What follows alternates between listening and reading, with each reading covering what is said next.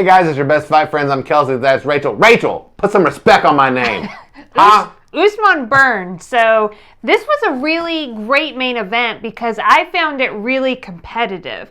And especially since the most recently I saw Usman against Masvidal, and that was less competitive in my eyes than The first this round was competitive, but it was back and forth. Burns almost oh, you mean the Masvidal fight? Yeah, that fight was like a good 1 round fight, and then I don't know, something about this fight though. I was just like, win? I yelled out in the first round when Burns landed that shot, and had he been able to keep, not let him rest and not let him get that back, well, of course he wants to protect himself, so he didn't.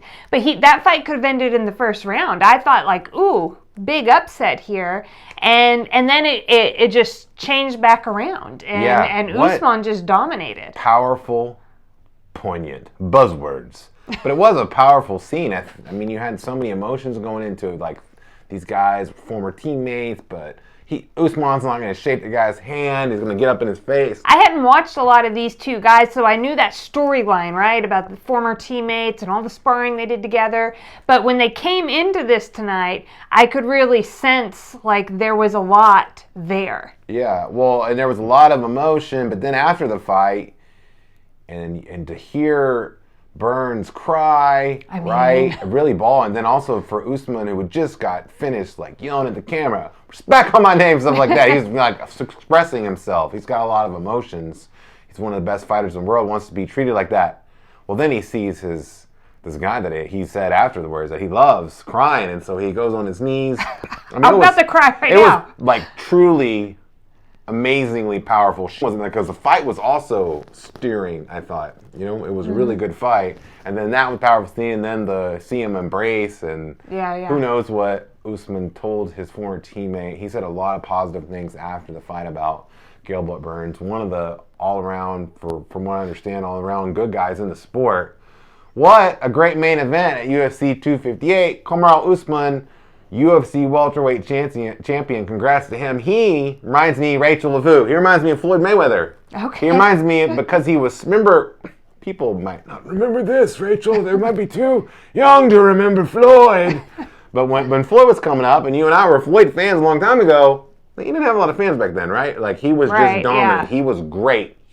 It took a long time for Floyd to become who he was, and part of the reason he became what he was is because he just kept winning fights, and people eventually had to give him his due. I could see Kamaru Usman doing the same thing here.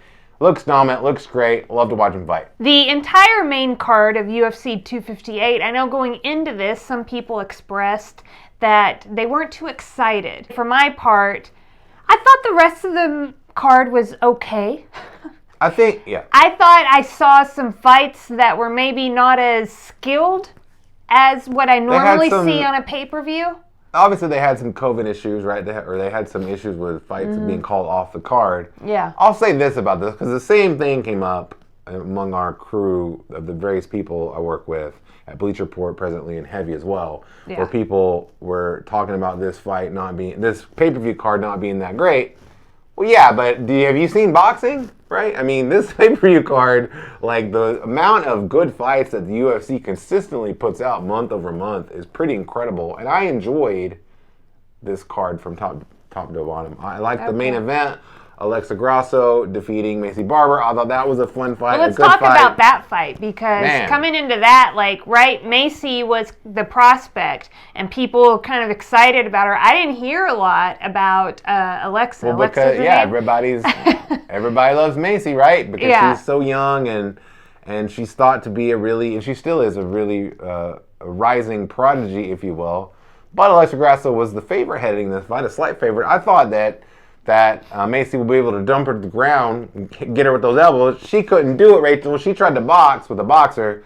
What do they say? Never box with a boxer, right? Don't do that. And but it was a good, interesting fight. And then it was really interesting because I hope that Macy is able to go back and watch tape. I hope that she has good people on her team, in her corner, who can, tell her, hey, because what we both observed when Macy came in is she seemed to have a tremendous amount of energy, but not in the like best way to win a fight. No. It seemed to be a tremendous amount of wasted energy.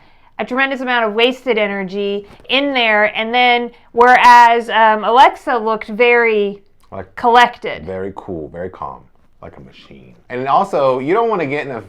That's like if you're a boxer, if you're going to stand there and box with Alexa Grasso, you don't want to like stand there and let her counterpunch you to death because she's calm. And that's what counterpunchers are good about, not freaking out. Letting you do your thing and then kind of stabbing to the right or left and turning her punches over. And she was turning her punches over. It was a beautiful thing to behold. Yeah. I enjoyed the card tonight. I'm excited about just being able to watch all the fight, Rachel. It was great. All the fights. You know what else I'm excited about? Somebody tonight.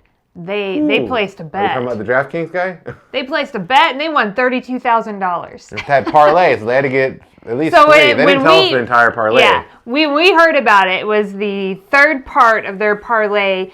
The Gastelum had to win by decision. Yeah. And then he surely did. And so I'm just excited for that guy, and I don't get to see that guy. We don't get like a celebration for him. Doesn't get to interview with Joe Rogan. But this is what happens. I don't bet myself, but I'm always very interested in how the betting works and hearing all the little stuff about it. And then when they show these big bets, then I'm always like, okay, maybe this will go the way so that bettor can win all their money. Yeah. So it's brought like a whole third element in of me possibly cheering for it. That's what they want. That's why they bring it into the thing. Their next thing, the fourth element, is to get Rachel to bet. Right. That's their desire. Maybe that's how it works, Rachel. Hey guys, well thanks for watching the show. I'm Kelsey, that's Rachel. Be sure to like, comment, and subscribe to Real Talk with Kelsey and Rachel. Or if you're on podcast, review and subscribe. Actually, if you're on the podcast, also go to YouTube and like, comment, and subscribe there. Okay. It helps the channel grow.